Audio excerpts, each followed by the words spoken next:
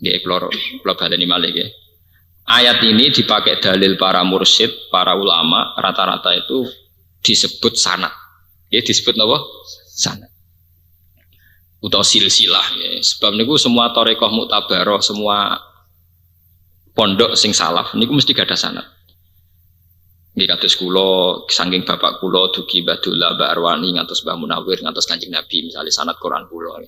Misalnya sanad kitab kula nggih kula Ki Memun, Mbah Zubair, terus Mbah Fakih Mas Kumambang, terus dugi Pak Mahfud Termas, dugi Sayyid sinten sing aran ya anan Abi Bakar napa? Sato, terus muridnya sinten Sayyid Zaidi Dahlan ya sampai ke Kanjeng Nabi itu.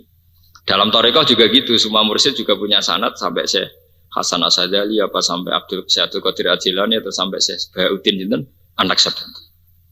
Sampai ada pepatah man ta'allama bila syekhin fasayhu napa setan. Orang yang belajar tanpa guru maka gurunya setan. Niki nggih penting nggih. Memang kesalahan intelektual kampus itu tidak mempedulikan guru tanpa sanad, hanya mengandalkan buku. Itu untuk konteks keislaman itu tidak benar. Kecuali kalau ilmu sains murni ya kayak kedokteran, kayak astronomi itu tidak apa-apa. Tapi kalau konteks keislaman itu tidak bisa, harus dengan guru. Karena kalau konteks keislaman pakai buku, sekarang itu era global. Era global itu ada Islamic Studies, kajian apa? Islam. Di Barat itu banyak profesor Katolik tapi ahli Islam. Di Eropa banyak pakar keislaman tapi non Muslim. Karena sekarang sudah Islamic Studies, jadi Islam dianggap kajian. Sama seperti kita juga tahu Bible, tahu Barnabas. Kalau piyambak sering mau Bible, mau Barnabas. Saya juga sering mau buku-buku non Quran gitu. Tapi kan kita sebagai studies, sebagai perbandingan, sebagai kajian. Ini ulama dulu juga sering baca Injil. Ulama-ulama top juga baca Injil. Karena mereka adalah akademisi, apa? Akademi. Sama, sekarang tokoh-tokoh pendeta juga baca Quran, baca terjemahan apa? Quran. Sampai teng McGill, teng Kanada, wonten jenis Islamic Studies. Di situ yang sekolah ya biasa mengkaji Quran, wongnya ya ora salat. Karena sudah kajian apa? Islam. Jadi teng Barat itu biasa profesor Islam, maksudnya profesor tentang Islam, orang kok agamanya apa? Loh enggak itu kalau sekarang di era akademik, yang kalau biasa seminar kalian rektor nopo Kristen, dia rektor di Universitas Kristen seminar, dia biasa tanya jawab urusan Quran, ya apa kalian? Sama seperti kita juga baca Barnabas, baca Injil ya sama, karena sudah menjadi kajian. Nah. Kalau tentang keislaman itu sampean percaya tulisan-tulisan buku, marawan tulisan ini ditulis oleh mereka yang tidak punya tanggung jawab terhadap apa? Islam. Padahal mereka meyakinkan ketika ngomong tentang apa? Islam. Nah sekarang yang setengah banyak kebingir kan gitu, banyak mahasiswa muda yang belajar Islam di kampus. Kemudian rujukan mereka adalah buku-buku yang dikarang oleh profesor keislaman, bukan profesor Islam, profesor keislaman.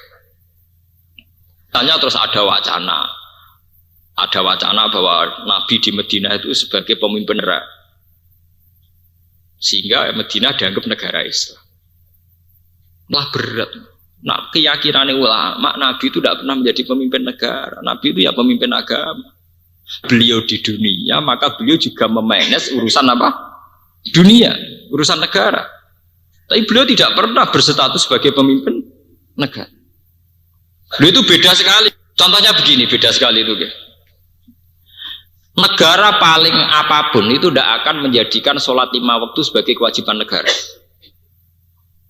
Yang menjadikan sholat 5 waktu sebagai kewajiban hanya khas agama. Ini hanya khas apa? Agama.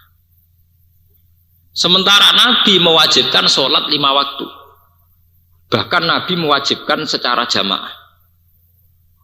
Sampai Nabi sering ngendikan, orang-orang yang tidak jamaah mau saya bakar. Tapi karena anak-anak ini belajar Islam di kampus, yang mereka dengar malah versi begini. Nabi adalah tokoh agama yang toleransi. Di Madinah bertetangga dengan Yahudi Nasrani. Dan Nabi berhubungan secara baik. Gitu guys, sama nak sering berhubung mesti khasnya mereka nak nyifati Nabi itu apa? Toleransi. Cara bertetangga dengan orang Yahudi, orang Nasrani. Tapi kalau versi ulama, ya sama, memang secara sejarah Nabi di Madinah itu ditanggo Yahudi, ditanggo Nasrani. Tapi versi tiang ulama mestinya Nabi sering berdiskusi dengan Yahudi Nasrani tentang kebenaran kitab-kitab samawi. Mana yang masih asli, mana yang sudah yuharrifunal kalimah mawadi, yang sudah ditahrif, yang sudah dirubah. Tapi kalau pandangannya Islamic Studies, enggak. Nabi bagi kekuasaan dengan non-muslim di Medina, sehingga ada area muslim, ada area non-muslim. Itu beda sekali cara pandang apa? Beda sekali. Sehingga akibat dari itu adalah jebolan kampus rata-rata cenderung sekulerisme. Berpaham apa? Sekulerannya melihat agama hubungannya dengan non-muslim saja. Santri cenderung pasif. Kancanan orang podo santri ini angel ra karuan. Akhirnya podo ra bener ya, kalau sudah begitu podo ra bener ya.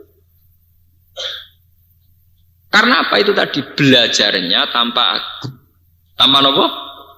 Pokoknya dia baca buku, dianggap itu rasional, dianggap itu menggairahkan, menarik, diikuti. Sebab itu penting ya mana tuh kullu nasim bi imami. Mulane kula sawi niku ngendikane ulama-ulama niku. Maka fatu bali ahli hadis. Ini satu Ini satu penghormatan bagi ahli hadis. Karena imamuhum adalah Rasulullah sallallahu alaihi wasallam. Maka yang paling bejo niku ahli hadis. Mergo imami ahli hadis genge ketuane langsung Kanjeng Nabi sallallahu alaihi wasallam. Nak jare kula, yo wong Quran Allah. Nah terus nuruti cangkem elek malah bejo kula. Lah Quran sing ngendikan sinten? Allah. Lan nek kula hafal Quran, hafal hadis berarti mun imame mun bener langsung Allah kalian sinten? Rasulullah. Dadi muntak menapa? Muntak. Niki penting.